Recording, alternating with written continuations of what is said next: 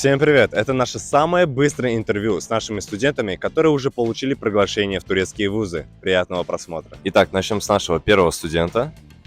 Здравствуйте, меня зовут Сумбат, мне 17 лет, я из города Сахпай. В какой университет ты поступила? Университет Токуза Илюля на факультет архитектуры. Окей, это та профессия, которую ты выбрала сама? Да.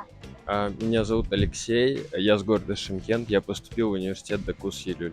На профессию? Бизнес-администрирование. Все, отлично, спасибо. Следующий студент. Всем привет, меня зовут Адема, мне 18, я с города Астаны. В какой университет ты поступила? Я поступила в университет Анадолу на специальность педагогики. Следующий студент.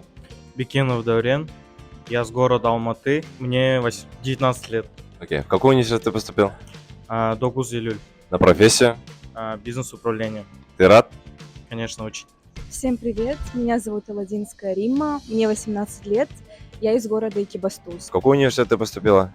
Я поступила в два университета, в Анадолу и в Докуз-Илюль. На какие профессии?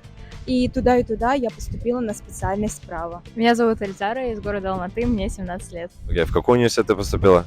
В университет Анадолу в Эскишехире. На профессию? Философия. Окей, следующий студент.